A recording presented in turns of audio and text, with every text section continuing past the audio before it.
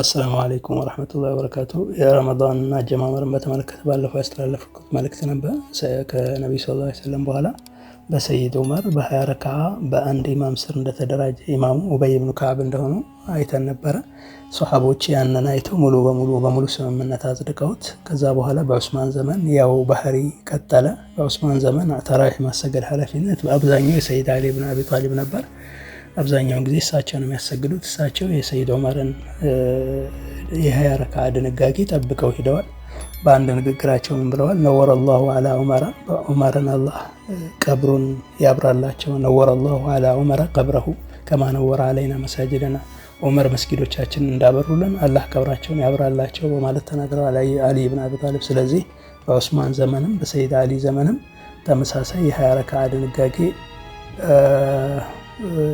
ቀጥሏል ማለት ነው። ኢማም ትርሚዚ የሰጡት ማጠቃለያ ከዚህ የተነሳ ነው። አክሰሩ አህሊል ዒልሚ አላማሩ ያን ዑመረ፣ አብዛኛው የዒልም ሰዎች በታሪክ ውስጥ ከዑመር የተነገረውን የተራዊሕ ያጸደቁ ናቸው። ወዓሊ አን ዑመረ ወዓሊ ወገይሪሂማ፣ ከዓሊ ከሌሎች ሰሃቦች የተገኘውን 20 ረክዓ የተቀበሉ ናቸው ይላሉ። አክሰሩ አህሊል ዒልሚ አላማሩ ያን ዑመረ ወዓሊ ወገይሪሂማ ምን አስሓቢ ነቢ ሰለላሁ ዐለይሂ ወሰለም 20 ረክዓተን ወሁወ ቀውሉ ሱፊያን አተውሪ ወብኒ ሙባረክ ወሻፊዒ ወቃለ ሻፊዒ ሀከዛ አድረክቱ በለዲና ቢመከተ ይሰሉና 20 ረክዓተን። እና ምን ይላሉ? ብዙሃን ዑለሞች ከዑመር ከዓሊና ከሌሎች ሰሃቦች የተገኘውን 20 ረክዓ የመረጡ ሲሆን ይህ የሱፊያን አተውሪ የብኒ ሙባረክ እና የሻፊዒም ምርጫ ነው ይላሉ።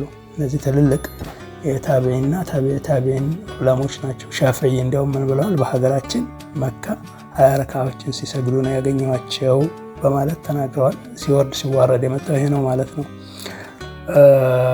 ስለዚህ ከዚህ በመነሳት ዑለሞች ይሄ ቁጥር በብዙሃን ዑለሞች የጸደቀ ነው፣ በብዙሃን ሰሃቦች የጸደቀ ነው የሚል ድምዳሜ ላይ ደርሰዋል። ለምሳሌ መራቂል ፈላህ የተሰኘው የሐነፊ መዝሃብ ኪታብ ውስጥ የሚከተለውን እናገኛለን። ወህየ ተራዊሕ 20 ረክዓትን ቢኢጅማዕ ሰሃበቲ ረዲየላሁ ዐንሁም ቢዐሽሪ ተስሊማቲን ከማ ሁወል ሙተዋረሱ። የተራዊሕ ሶላት 20 ረክዓዎች መሆኗና በ10 መሰላመቶች ወይም ሰላምታዎች እንደምትጠናቀቅ በሰሃቦች ኢጅማዕ የጸደቀና ከጥንት ይዞ ሲወርድ ሲዋረድ የመጣ አተገባበር ነው ይላሉ። የተራዊሕ ሶላት 20 ረክዓ ነው፣ 10 ተስሊማት ነው ያለው። ከጥንት ጀምሮ ሲወርድ ሲዋረድ የመጣው ልምድ በታሪክ ውስጥ ይሄ ነው እና በኢጅማዕ ሶሃባ በሰሃቦች ኢጅማዕ የጸደቀ ነው ይላሉ። አልካሳኒ የሚባሉ የፍቅህ መሪ አዋቂም እንደዚሁ ይላሉ።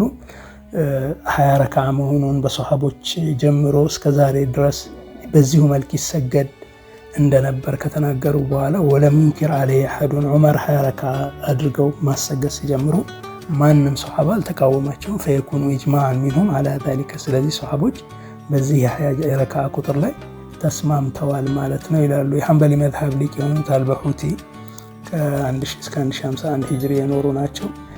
ታሪክን ካጠኑ ፍቅህን በደንብ ከመረመሩ በኋላ ይህንኑ ድምዳሜ ሰጠዋል። ወሂየ 20 ረክዓትን ፊ ረመዳን፣ ተራዊሕ ማለት በረመዳን የሚሰገድ 20 ረክዓ ነው። ከዑመር ብኑ አልኸጣብ ጀምሮ የተወሩ ዘገባዎች በአጠቃላይና ታሪኩ የሚያሳየው 20 ረክዓ ተራዊሕና 3 ረክዓ ዊትር አጠቃላይ 23 ረክዓ እንደሆኑ ነው። እንደውም የዚህን ሚስጥር ሲናገሩ ረዋቲብ ሶላቶች ሱናዎች በቀን ውስጥ ከፈርድን በፊትና በኋላ የሚሰገዱ ሱናዎች 10 ረክዓዎች ስለሆኑ በእነሱ እጥፍ ለማድረግ ሊሆን ይችላል። ምክንያቱም ረመዳን የጅድ ብዙ ጥረት የሚደረግበት ለኢባዳ ወር ስለሆነ ካሉ በኋላ ምን ይላሉ ሲደመድሙ? ወሃዛ ይህ 20 ረክዓ መሆኑ ተራዊሕ ፊ መዘነቲ ሹሁረቲ ቢሐድረቲ ሶሐበቲ ፈካነ ኢጅማዕን፣ በሰሃቦች ዘንድ የታወቀ ስለሆነ ፈካነ ኢጅማዕን፣ በእነሱ ዘንድ ኢጅማዕ ሆኗል ይላሉ።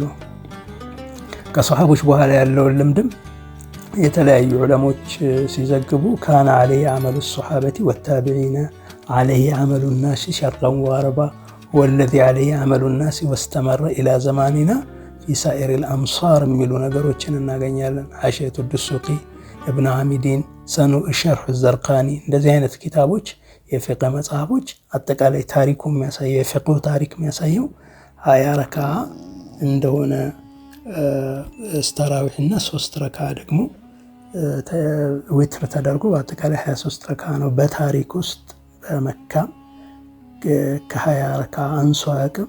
በመዲና ከ20 ረካ አንሶ አያውቅም። መዛሂብ አልአርባዓ ሰለፎች በአጠቃላይ እነ ሱፊያን አልተውሪ እነ ሻፊዒ እና እነ ኢብኑ ሙባረክ እና ሌሎች ሰለፎች በአጠቃላይ 20 ረካውን አጽድቀዋል። ሶሐቦች ፊ መዘነት ሹሁራ የሆነ ኢጅማዕ በሆነ መልኩ 20 ረካውን አጽድቀው ነው ያለፉት። ከዛ በኋላ ያሉ 4ቱ የፍቅህ መዝሃብ መሪዎች ታቢዒዎች ናቸው። ኢማም አቡ ሐኒፋ ከ80 እስከ 150 ነው የቆዩት። መጨረሻ ያለፉት ኢማም አህመድ 245 ላይ ነው ያለፉት። ከዛ በፊት የነበሩ ናቸው፣ ሰለፎች ናቸው፣ ታቢዒዎች ናቸው። እዛ ከተከበረው ምዕተ ዓመት ውስጥ የነበሩ ናቸው። እነሱ በሙሉ 20 ረካ ነው ተራዊህ ሶላት፣ ዊትሩ 3 በድምሩ 23 ረካ ነው የሚል ያጸደቁበትን ሁኔታ እናገኛለን። ስለዚህ 20 ረካ ሶላት በሰሃቦች ኢጅማዕ በዑመር ብን ኸጣብ በኹለፋኡ ራሺዲን ጅማሮ አክቹዋሊ ከነቢዩ ሰለላሁ ዐለይሂ ወሰለም ከሸሪዓው መንፈስ ይዘው ነው የጀመሩት። ሁለተኛ በሰሃቦች ኢጅማዕ በኹለፋኡ ራሺዲን ድርጊት፣ በሰሃቦች ኢጅማዕ፣ በሰለፎች ይሁንታ በአጠቃላይና በአራቱ መዝሃቦች ቅቡልነት ያለው አሰጋገድ የተራዊህ አሰጋገድ የ20 ረካ አሰጋገድ ነው። ዊትሩ 3 በድምሩ 23 ይሆናል። ይሄ በሁሉም የፍቅህ መዝሃቦች በአራቱም የፍቅህ መዝሃቦች የሱና የፍቅህ መዝሃቦች ውስጥ የጸደቀ እውነታ ነው። አሰላሙ አለይኩም ወረሕመቱላሂ